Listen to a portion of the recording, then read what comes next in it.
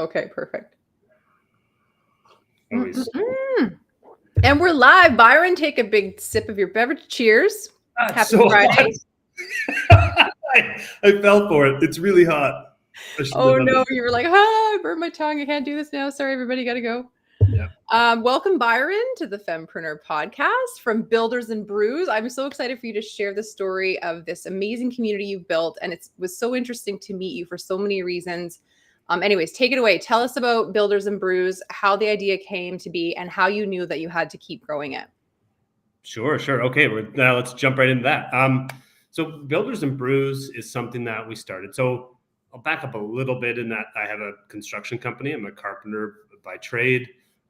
Have been since these hairs weren't gray. And I love it. I love building things. But as I progressed through my career and got more into like the owning a company and doing sales and managing people, it got a little bit more cumbersome. And so we were doing a job in a brewery here in Calgary where there's been a proliferation of craft breweries over the last 8, 9, 10 years. And that's because of the culture within those breweries. And we were building out the tap room at Annex Ales. And while I was there, I got to see like different brewers would come in, and you'd know they were brewers because they had Blundstones on and beards and toques in the summer. And so you knew they were brewers, and they would come in and we would be working away there, and they would come in with like, some guys came in with a pallet of bags. I'm like, what are you guys doing here? Like you have logos from a different brewery, you're here. And I'm like, oh, we know Erica and Andrew need hops. They need these kind of hops for the beer that they're brewing. So we're just dropping some off. We had extra. I'm like, okay, that's cool. And then we'd be working on the next day or a couple of days later, different guys from a different brewery would come in, and I would say, hey, what are you guys doing here? They're like, oh, we really messed up setting up this specific equipment when we set up our brewery. So we're just here to walk them through that so they don't make the same mistake. I thought, okay, that's cool, whatever. These are just nice people. And then another set of brewers came through with kegs this time. So like with the product that they sell. And I was like, why are you guys bringing your beer here? And they said, oh, well, they're going to sell our beer when they open these doors and people come through and want to drink. Like they're not done brewing all of their core beers yet. So they're going to sell some of ours. And that just made me think, like, why is that happening in this industry, which everyone likes, and it's built around celebrating and connecting and drinking beer, having fun with your friends. Why is this industry doing this, and why does this not happen in construction and design? Like I've never had another builder drop off a load of 2x4s on my job site and be like, hey, I had extra, so I thought you could use them. Or have them come by and be like, hey man, the way you're building that roof system is all wrong. Not all wrong. Like you might consider doing it this way.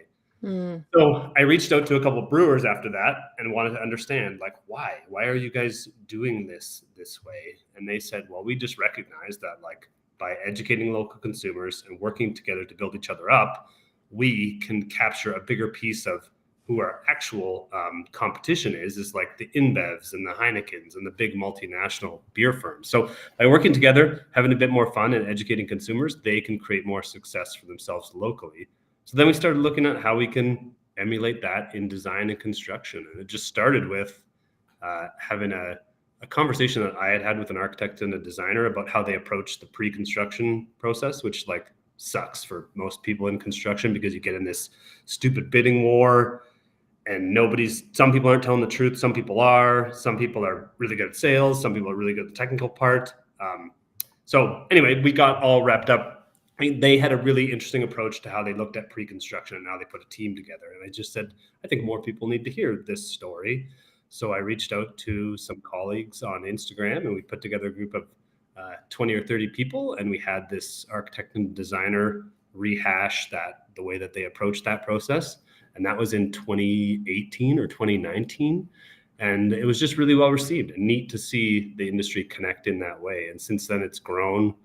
I don't know how many events we've hosted now, but we host regular events here in Calgary, and we've had events in a few other cities. And it's just been cool. It's been cool to see the appetite for those conversations and for that level of collaboration in our industry.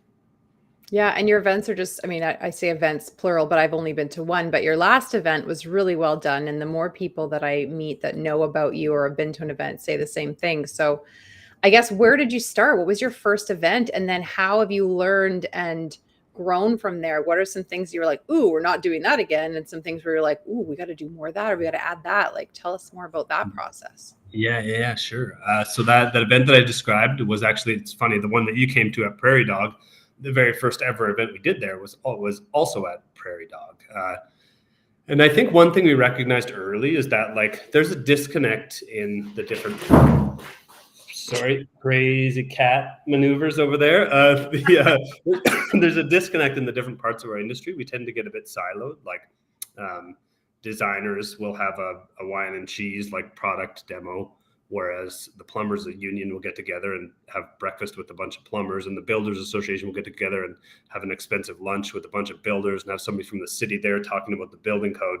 And they're all kind of boring and siloed. So we said, you know what we need? We need something that lowers the barrier to entry, even to the terms of like, there's no dress code. Like show up, come straight from the job site. That's fine. If you want to get dressed up and that makes you feel more comfortable, by all means, knock yourself out. There's no real barriers to entry. There's also no specific segment of the market we're trying to serve. And in fact, I think part of the power of these events is that there's opportunities for a painter and a furniture supplier and an interior designer and a builder all to be standing in a circle or sitting around a table, just having a conversation, which kind of lowers the temperature in terms of like the outcomes of that. So keeping the events like low production, keeping them in a brewery where it's a comfortable, neutral space, and keeping them pretty informal has been successful for us. Awesome. So you started this thing, and then did it just take off instantly and your events just were going bonkers from the get-go, or how did you know that you had to keep growing it and building it? So we did that first event, and then a friend of mine, Stefan, he saw what I was doing. He also saw that I am not great at organizing things. So he said, you know what? I think there's a real idea here. He's like, I'd like to help you. I want to be essentially your partner in this effort, because it married with some of the things that he was doing with his education and his sort of career trajectory. So he got involved, and Builders and Brews would not be doing anything if it weren't for Stefan's involvement. And then for a couple of years there, we kind of joked that this was an effort that if we were extremely neglectful, but the audience and the appetite for that collaboration and those events wouldn't let it die. So it's the community that kind of kept it together. And that looked like, hey, when's the next event? People would call me or text me, or I'd have a conversation when I was out at work, and they'd be like, hey, when's the next event? And we just had so many people ask that we kind of felt compelled to serve that community through these events. And they're not that hard. It's easy for me to say because Stefan puts it all together, but they're not that hard to put together. Like, we have a pretty simple formula: choose a venue, choose a topic, send out invites, and then the audience forms itself. And I think that's partly because we have been intentional about not trying to monetize it, and we're very careful about, we don't want it to be a networking event where people are slinging cards. You know that realtor move? I do a realtor move where they'll go to shake your hand and you've already got a card in your hand, and you're like, what the heck just happened? We don't want that. So there's we do very little to encourage actual business card sharing and sort of more formal networking, because I don't think that's it's not what we're trying to do here. Yeah, it felt like just the most laid back yet professional at the same time. It was a really cool mix of what I've been trying to create through my events. I mean, our stories really parallel a lot. I know when I met you and Stefan on that video call and you were telling the story, even the timeline is pretty much identical to when I started the YYC Fempreneurs, and same kind of thing. I didn't really know if it was going to fly, and people were like, when's your next event? And oh my gosh, I heard about your events. And I'm like, oh, okay, I guess we're doing another event, right? You just keep creating what people are asking for and getting better at it and learning little things about how to make it simple. And like you said, it really isn't hard to throw an event, right? You choose a venue and come up with a title or a topic and put out the invites. And it really isn't that difficult when you have, I guess, a bit of a marketing brain. And I think it was so cool that you and Stefan partnered up too. Tell us a bit more about, I don't know, your connection with him. How did you meet him? What kind of stuff does he do versus how do you stay in your lanes with this whole Builders and Brew thing? I know it's 7 questions.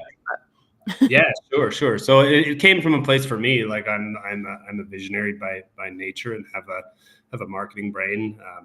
I think, and or I like telling stories. So I think in those terms. Whereas Stefan has a sports management degree and played hockey, so he's very much like that team and collaboration sort of spirit.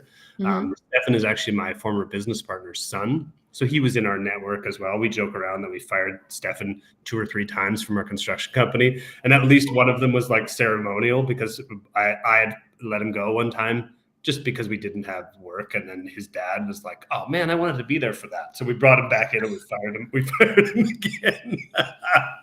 But it was all in good fun. So we knew Stefan had a not thick skin necessarily, but we knew that he kind of understood some of that, like the moments where you can find joy in an otherwise awkward situation. And he always saw those things as opportunities. He never got too beaten down by that. Yeah. And he's just a great dude. And he saw the power of that story that I experienced and has really put in a good effort to help amplify that.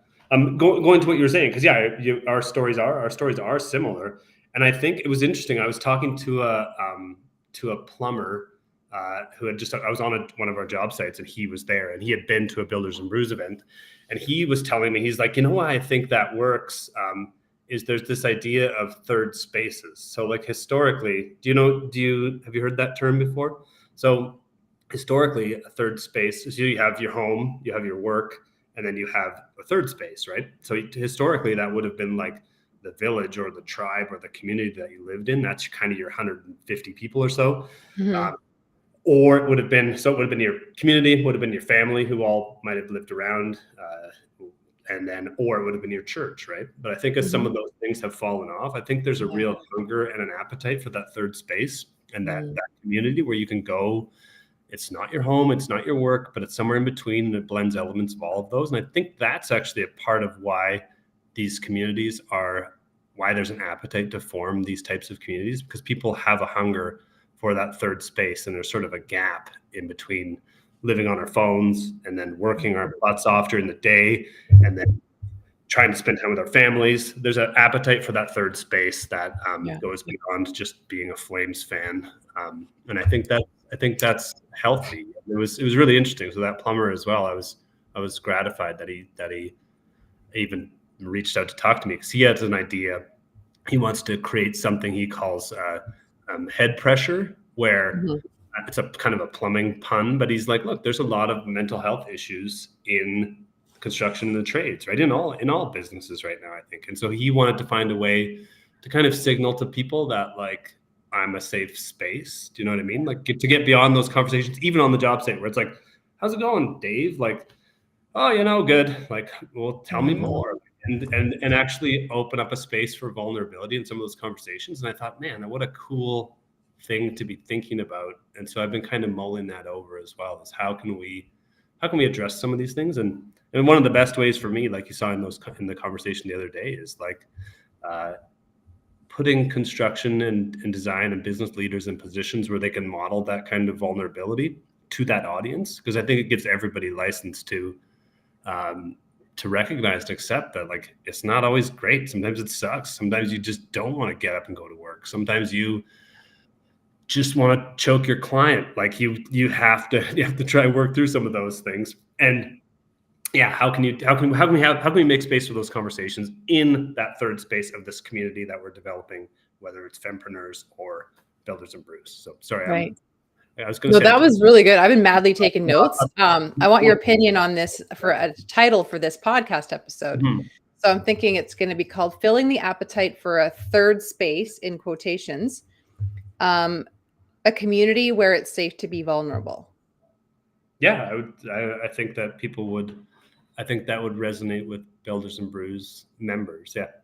Yeah. Okay. Because I really want people to understand that it's never too late to start a community like Builders and Brews or like the YYC Fempreneurs. Every niche group of people needs a community where it's safe to be vulnerable and where you don't have to dress up and where you don't feel like you're going to have business cards jammed in your face. Yeah. So, I mean, and really, for me, it's been a hugely financially profitable move as well. I mean, my events and my events themselves don't necessarily bring a lot of money into my bank account, But the connections that I make and the reputation growth that I experience because of holding these events has just been like, just bonkers. Like it's crazy. It's so effective, right? Oh, it's in it, but comes from weird angles, which are again like kind of interesting. I can draw a direct line between that very first. So the designer that I was describing is a gentleman named Kevin Gray. He did that very first event with us. I can draw a pretty direct line from that event to a $7 million house that we built in Canmore. Not with him, but he connected me with another person who led to that project. And so just by kind of going first and by putting in the effort to build that community, there are all sorts of tangential benefits that you don't really, you would never measure it on a spreadsheet, but it's really cool to see in action. Yeah. And I hope that you and or Stefan get out there on a lot of podcasts in the coming, months and years and tell this story the way you are today, because I think it's so inspirational. It just really inspires people to do that thing that they've had in the back of their mind. They have a vision for it, but they're not really sure. I feel like something like this can be that tipping point where they're like, oh, that was a sign I was waiting for to do it. Right. Yeah. And if somebody's local, or even if they're not local, like reach out to me. I'm happy to talk through. Like I am not some kind of event coordination genius. It's just, we started with a story. I think it started from a place where like being open to like listening for those things. You're like, oh, that was really interesting. I had this conversation with Lindsay and she does this thing and she does but that mirrors with this idea and with this head pressure thing. It's paying attention to those signals that your brain sends you and kind of digging into those a little bit more. So if somebody's curious about this or wants to know more about that story or wants to know what it's like to set up an event, we are happy to connect to try and facilitate that conversation. Yeah. It was actually really interesting too, how many fempreneurs I met at your event that I was already connected with on Instagram and had never met them in person. And it was so cool to be like, oh, let me follow you on Instagram. Oh, I'm already following you. And they're like, oh, I'm like, oh yeah. Cause like, you don't recognize the person, but you recognize their Instagram. It's so cool to be able to put a face to the Instagram account. And anyways, I was just so impressed. So I guess my point is, anyone watching this, listening to this, who hasn't been to a Builders and Brews event, my audience is, exclusively entrepreneurs. I feel like there's always going to be a reason for you to go to Byron's events. So definitely go to one of Byron and Stefan's events, buildersandbrews.com.ca, either or. Both, I think. Yeah, I think it's both. .ca sounds right, but I think both get you there. I'll put the right link in the show notes. Head out to an event and meet these amazing people. And if nothing else, if you're thinking of starting some sort of a community or holding some sort of event, go and experience something that you want to recreate yourself in your own way. That's just, I guess, how we do things. We experience things and then we decide what we like and what we don't like and how we want to change it. What else? Actually, you know what? I want to ask you one of my classic podcast questions, Byron. What would you tell your 10-year younger self? And this can be about business, about life, anything. My 10-year younger self. So I mentioned this, and I have a question for you after this because I want to unpack your perspective on the event you went to. But I said in there, like somewhere along the way, I learned that the best person you're in a position to mentor is the version of you from 10 years ago. And I think that's interesting. So when I'm looking around my community, my network, like people that I'm in the best position to help are people that are a version of me from 10 years ago. But what I would have said to myself 10 years ago probably is like, just relax. Like it's going to be fine. And probably would have reiterated that lesson that we've all might have heard somewhere along the way now. But like in 10, 15, 20 years, the only people who are going to remember the 60, 70 hour work weeks you put in are your friends and family. And chances are they're not going to be happy about it. So like, just lower the temperature, lower the pressure on yourself a little bit. And you don't have to bust your ass every day. You're going to be just fine. That's probably what I would have told myself. Because when I look back, the effort that I put in and the work that I did, I think it moved things along. But I think some of it was just me acting busy. Yeah. Oh, I like that. Just acting busy. I probably would have looked at that more critically now and given myself license to pursue the things that I found interesting, whether they made money or not, within the context of my business, of course. But that's what I think. That's what I would say to myself. Okay, I like that. But yeah, do you mind describing the event that you came to? And I am curious. Like, I'm curious how it relates to the events that you put on. How even just describing what it was, because I mean, we're talking about it, but and I get this all the time where it's like, what is a builders event? What is the Builders and Brews event like? Like, who goes? Why should I go? And so if you could make that, it would be helpful for me just to learn from you as somebody who came in for the first time. Yeah, for sure. I mean, and I hope you turn this video into like, you know, a video testimonial or something, because I am a raving fan of your events. Not only because of the one I went to, but because of what I've heard about your events from other people. The more I've gotten to know you and found that we have some connections in common. But anyways, yeah, when I got there and walked in with Melanie, we were just immediately met with this really great few people that were there to, you know, scan our tickets on our phones, and they were just warm and welcoming. And obviously, like you said, the brewery vibe is always good. Like I don't even like going to restaurants that aren't breweries anymore, because you just can't compare with the vibe in there. It's always good. It's always fun. It's casual. It's not like, you know, it's not intense in any way. But it's fun. It's just got a good friendly vibe to it. So yeah, just you know, we of course there was a beer included, and I'm not gonna lie, that was probably the best thing that happened all night. No, I'm kidding. That was one of my favorite things that happened all night, was I got a beer. I love beer, craft beer. And so we went to the bar and got our beer. The staff at Prairie Dog, they were awesome. They were friendly. They were very much like, you know, same kind of vibe from the people you had at the welcome counter, we'll call it. And as the night went on, we started to sort of do a lap. Everyone in there was very warm and friendly, and they were making an effort to meet as many people in the room as possible. It was kind of like an unwritten rule where everyone was working the room, but in a very friendly, not slimy, networky way, you know? And then you had this awesome stage set up, which looked so stunning and professional, but not pretentious at all. Just like really well done. But it looked like a cozy living room. That was Reclaim. So we worked with Reclaim Vintage, like a vintage furniture store here, and they put together like a living room vignette for us. So that's what that was. Just because I think it's cool. I think I like that style of furniture, and I like giving them I like the opportunity for them to have some more exposure to an audience. Okay. Anyway, so sorry, living room. Yeah.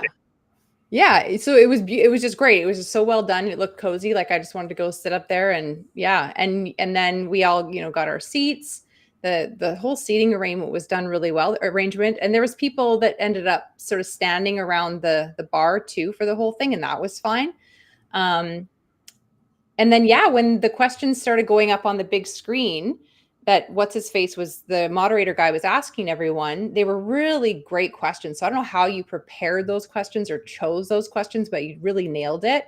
Just you could feel the energy in the room. As soon as the question would go up, everyone would be like, oh yeah. And then everyone kind of lean forward, like, what are they going to say? You know, it was like the right questions at the right time that mattered to that audience. And you had a great panel. No one was talking too much. No one was being too vague. It was just a really well done overall. And then of course the food came after. So, you know, organizationally, like, you know, the chain of events was done really well, because everyone was like, maybe needing to go somewhere or thinking they weren't. There are a lot of first timers in there, wasn't there? A lot of first time Builders and Brews. Yeah, we see. Yeah, probably 30% or so, 40% maybe. And we see that all the time because of people talking about it, basically. Yeah. Cool. Yeah, I feel like they thought they were going to maybe a little more predictable networking event, which you wouldn't want to stay at for very long, right? You just wouldn't, because it just gets annoying and they were like, well, this has been awesome. I have been sitting here in this chair for an hour, and now I want to get up and do some networking, but I kind of thought I'd be leaving by now. So like they were almost on the fence, and then you were like, but there's delicious food.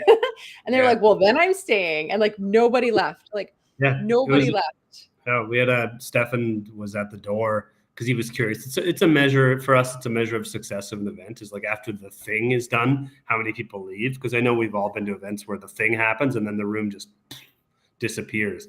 And we had 185 tickets sold for this event, and there were probably about 195 people in the room, and 4 left after the thing. So we were pumped about that. And again, like, the event sounds really cool for what you're doing. And I guess it was all those things were intentional, but it wasn't prescriptive and it wasn't structured in that way. It's just us following the things we think are interesting. So Benji from Breakthrough Academy was the one who put those questions together, and we did have a pre-panel meeting just to like make sure we had the right talking points and the questions could be put to the right people.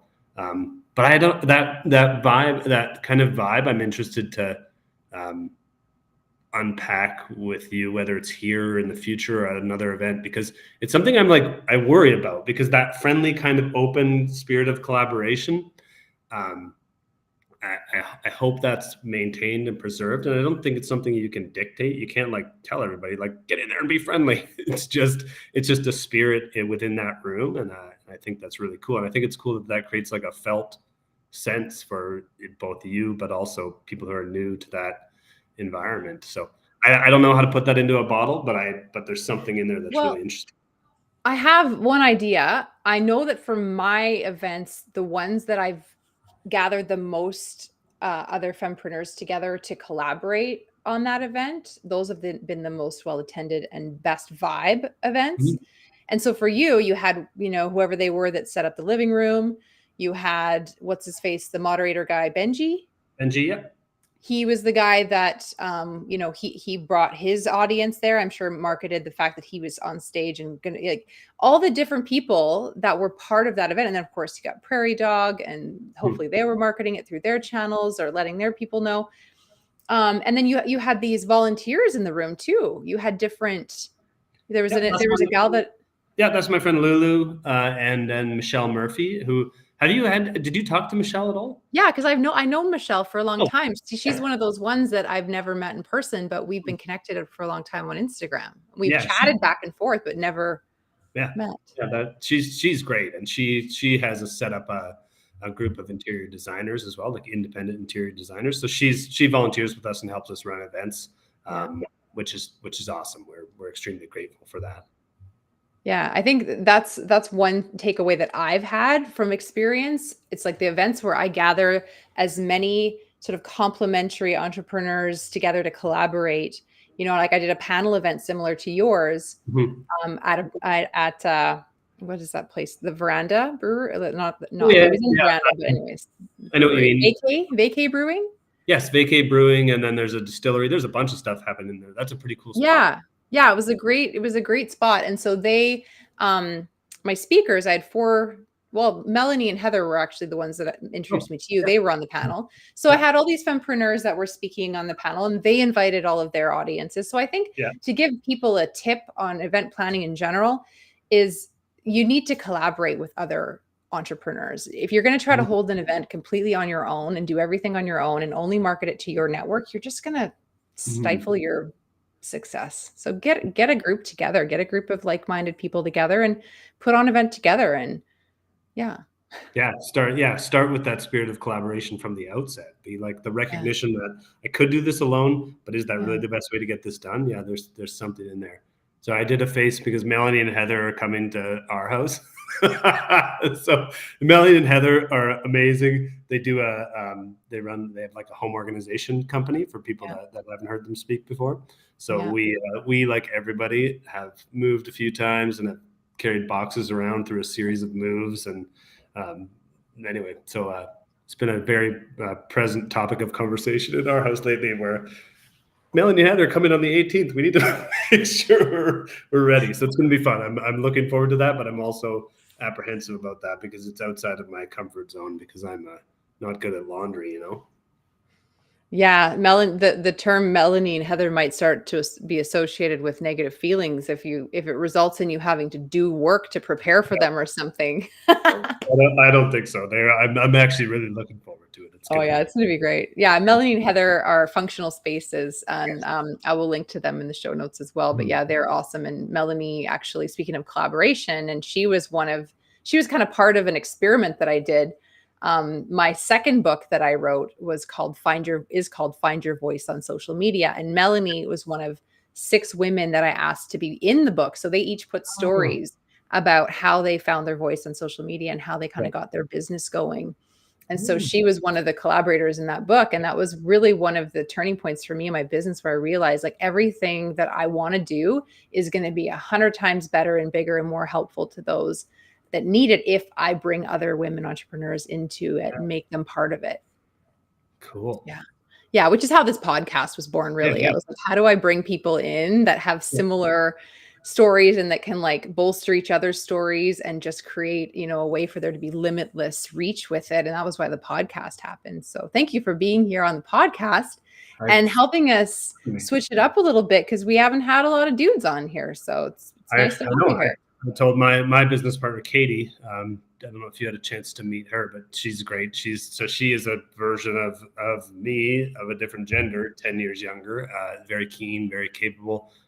And I told her I was going on this podcast. She's like, why am I not going on that podcast? I said, hey, I don't know. I got asked, and I liked Lindsay, and I just wanted to go have a conversation. But it was a funny moment so I appreciate that. And I know we talked about that a little bit. I think there needs to be, similarly to within Builders and Brews, having the different segments of the industry. Like, I think it's time to start figuring out how we can all work together. Like I'm not joking, but I've said before on my Instagram or in conversation, like we all have moms. Like we all came from a woman somewhere along the way. And I think about our construction in terms of like, I aspire to be the builder I would want my mom to hire. And I think that's an awesome lens to look at how you run your business through. But anyway, so I appreciate you having me on, and I hope I'm curious what I could do to help your audience, and I'm curious to see where these conversations lead to. Yeah, absolutely. I mean, I have dreams of, holding a collaborative event with you guys someday. And obviously I'm off to Mexico for the winter, so we'll have to revisit that in the spring. But it's just been obviously. You're not? Well, yeah. Anywho, that's another story for another day. But yeah, so that's something that I definitely am excited about partnering with you guys on at some point if it works out. And then in the meantime, I also want to make sure fempreneurs know about you guys, because you do hold events all the time. And I want my fempreneurs to go to your events because I'm holding our kind of last event of the year, in-person event of the year, on October 24th here in Calgary. And then I won't be holding another in-person event until the spring. So in the meantime, I want to make sure my fempreneurs are connected with you and they can come to your events, because it doesn't really matter what they do as female entrepreneurs. There's going to be people in the room they need to meet. So I think, is that a Thursday night, October 24th? I know you have an event that night too. We have the same one, but then we have one in November as well. So we do monthly. Just to break down the structure a little bit, we do monthly what we call happy hour events, which are there's not a speaking component. There's sometimes we'll bring in a charity or a group that we want to give some exposure to. So we have a happy hour event in partnership with BuildX. It's a big trade show on the same date. But then we'll have an event in November. We always host a giving back event leading up to Christmas. So we will, I think we're still narrowing in on which charity that we're going to partner with for that one. I think it'll be ARC Calgary, possibly. They do accessible renovations for kids. So they're an interesting group. So anyway, we'll have an event in November. So I'll make sure that'll be put pretty soon. And then otherwise we do monthly happy hours, and then we do a flagship event 3 times a year, which is one of the ones that you went to. Those are they're a little bigger, they have a longer content portion. But otherwise the happy hours are 60, 70, 80 people just getting together for a meetup and to share stories and collaborate. That's really cool. Yeah, I definitely connected with lots of people on LinkedIn that night. I guess that's the other thing about my Builders and Brews event testimonial is I made tons of new connections, and I have more LinkedIn connections now. I think I ended up with like 10 new Instagram followers from that one event. And then of course, like you said, sometimes that line can be drawn out to more connections, like when you look back later. So I'm sure that ripple effect is going to keep growing. But from a networking and a numbers standpoint, hugely effective. So, and I mean, doing stuff like this is similar, right? Like being on podcasts, having a podcast, it's all the same thing, right? So I don't know. I forgot about LinkedIn until you texted me and said, I was surprised. I know. I don't gotta figure that out. I don't need to put extra pressure on myself, but it was a funny one where you were like, hey, can you accept my LinkedIn? I was like, LinkedIn? Oh yeah, LinkedIn. I should do that. So it was right. I'm bad with LinkedIn too. Yeah. This podcast is the only reason I actually go on LinkedIn, is because I have to go on to tag the person I'm interviewing, and then I have to go on once after the interview recording is there and add a little blurb. Other than that, I don't go on LinkedIn. So because I Yeah, don't really find it's my jam anymore, but yeah, I need to remember that that's like where my clients live. yeah, So that's like for because so we build high end architecturally led and designer led custom homes and renovations. So trends towards more affluent clientele, and I think a lot of them would live on the architects and designers we work with would live on Instagram, but I oh think yeah.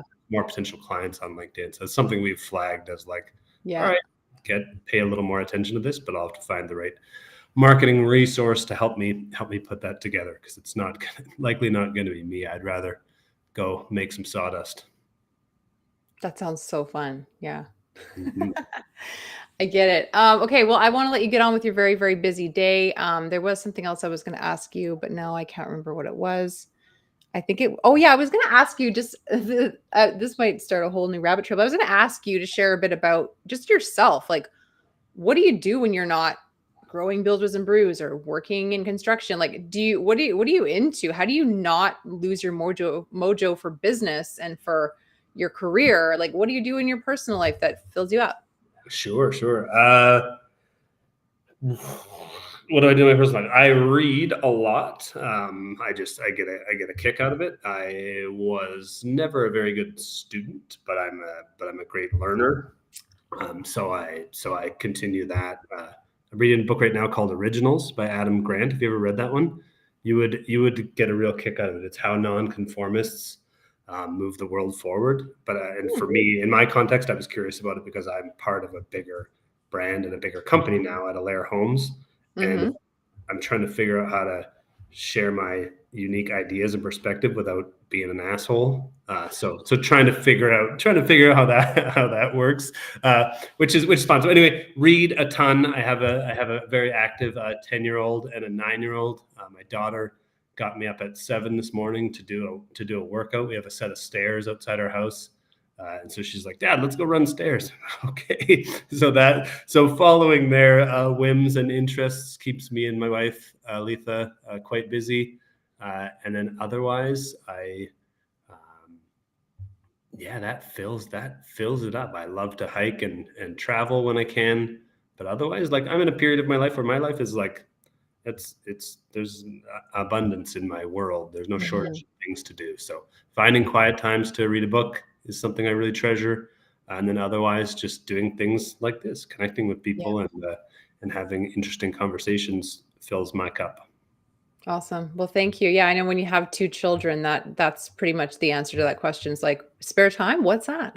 Yeah, I have two children and a business and another business. yeah. So I was bored the other day. I was at home and I was looking out the window and we have a different story, but this is we moved into a condo a while ago, like a double condo unit up in Rideau, and it's amazing. Like, so it has beautiful views. Anyway, I was staring out the window and I was like, "This is nice," and I thought, "What's this feeling?" I was like, "Oh shit, I'm bored." Like, wow, what a joy to be bored. I haven't been bored in years, and so it was neat. Like it was neat to have that moment to recognize that feeling. So yeah, it's easy to fall into that, like, and I don't even like it when I hear it from myself, but it's like, yeah, I have kids, I'm busy, like it's just part of the phase of my life that I'm in, and I try and take yeah. moments to like appreciate that rather than like, you know. Yeah, yeah, for sure. For sure. I guess I do have one more question because I know for me, the community that formed and the events that formed were actually because of more of a mastermind group that I started. So I kind of started with this marketing school, which I still have today. Yeah. It started as a 6-week marketing school, and now it's a 3-month marketing school because after 200 women told me that that was way too fast and way too much in a short period of time, that I finally listened and I stretched it out over 3 months. So Yep. it's still the same 6 fundamental things. And the event started because I would hold these grad nights, which we actually have one coming up this Wednesday, but kind of similar to your happy hours. I think there's no speaker. It's more of a get together and we kind of celebrate the new grads and the Mhm. new group comes and meets them and whatever. It's just very casual. Cool. But the event started because of the marketing school. But I'm curious to know if you are ever going to kind of work a mastermind group into your community where it's like some people who are really serious and want to be part of some sort of accountability group or have a smaller pod instead of that big event feel. Like, is that on your radar or has that come up at all? Yeah, we've tried. So like we sell memberships. We have memberships for Builders and Brews where you get like tickets to events and stuff. So the money sort of washes out in the value that you get. But we've been trying to think of something we can do to add extra value to those people who have signed up to be members and made like a little bit of through making a smaller financial commitment, have indicated sort of their broader commitment to helping move this community forward. So we have been trying to think of what that is. I get a little stuck sometimes because because I have a day job for one thing that occupies a bunch of my time, but I think I have some hesitation around like the coach thing, and that, do you know what I mean? That's something we can talk about in another time. Yeah, I'd love to talk like, more about that because my Instagram is rotten with how to build a better construction business. Like I mean, I care, but I care about being a better human and being a better father and a better husband and a better, like, all these other things that come before running a more profitable business. So like there's a really fine line there, and that vibe that you were describing in the room, like how can everybody be friendly and collaborative without it being mandated? Like I don't know. I don't have a good answer right now, but we've been trying to think of that. How can we offer more value to those people who have signed up for our membership? And what does that look like? And how can you kind of take some of the lessons that we've learned through developing Builders and Brews and help people scale that themselves in their own communities across North America? So I don't know the answer right now. So stay tuned, I guess, everyone, is Byron's answer. Stay tuned. We'll have him back on the podcast in 6 months or a year to update you on where he's taken this to. Well, that's cool. I was just curious to know that, because I think a lot of fempreneurs are either on one side of that coin or the other. So it's just, What do you mean? What do you mean on one side of that coin or the other? Well, they're either feeling like they're doing a really great job of the really casual, fun stuff, like maybe more of those networking events and just events in general, but they don't know how. But because I did that a long, long time ago, I'd hold these events or these workshops, and then everyone would, like, at the end of it, everyone would hop off Zoom, and then people would be like, "I'm really sad right now. I feel like I just lost all my friends," and I didn't know how to create a community that stuck together. Yeah. Right. So I think some people are like still there where they're kind of like, okay, my events are cool, but these people are all on their own to figure out how to reconnect or how to find their pod if they're really like-minded people. Whereas then I figured out how to actually create more of that small pod community and that structure and that accountability and, like, lesson plans and one-on-one coaching with me mixed in there. And so people are either kind of, I think, over here, or they're still over here thinking, should I even go there? Yeah. I don't know if that explains it, but I think so. Yeah. And it explains that it's hard to explain. Like, it's the same, like it's there's something in there, and it feels like we're going about it backwards. We're like putting together a community first, and now we're trying to figure out how we can add value to that community beyond just the value. But I think that's the better way to do it, because then you have a group of people to say, what should we do? Yeah. What right? next? Quick little survey. We have 3 ideas. Which do you like the best? Right. That's what I would do if I were you guys. You have this massive community now, bunch of raving fans, some of which probably want some sort of structured, paid group coaching thing of some sort. But I think ultimately the reason why the vibe in the room is so great, Byron, is because you and Stefan are just amazing humans. And because your morals and values are what they are, and you should be coaching about people about life in general, probably. That maybe feels weird and cocky to even absorb that. But that's why the vibe in the room is so great, because you guys are just like rock solid humans. Yeah. People want to be you. That's why they come to hang out with you. They want to be like you. So they want to come and absorb some of your energy and your things. That's my prediction anyways. So thanks for bringing your amazing vibes on the Fempreneur podcast, for sharing some of who you are with us. Yeah. And some of your visions for the future, where you've come from. You can connect with Byron, not on LinkedIn probably, because he might not answer your message for 2 weeks. Just kidding. Byron Brooks on LinkedIn. Instagram, Builders and Brews, buildersandbrews.com or .ca. Link is in the show notes. Go to one of their events. You will not regret it. I'm Lindsay Barry, host of the Fempreneur podcast. I do have a Fempreneurs retreat coming up in Playa del Carmen in January. So if you're interested in that, go to yycfempreneurs.com. And if you're someone like Byron who's just friggin' awesome and doing some cool shit, I want to interview you on the podcast. So please get in touch with me at yycfempreneurs.com. Do you have anything else you want to leave our listeners with, Byron? No, I don't think so. Thank you. No, thanks for having me on. And if anything, it is just I said it at the discussion, and I say it almost every time. Like, don't be afraid to ask if there's somebody in your network that you admire or that you want to connect with, or you want to capture some of that energy. Energy. Chances are, if they're anything like me or Lindsay, they're more than willing to take that time, and it actually ends up giving us more charge than it looks like it takes. So yeah, please don't be shy about reaching out to those people in your network that you want to learn a bit more about. Well said. Yeah.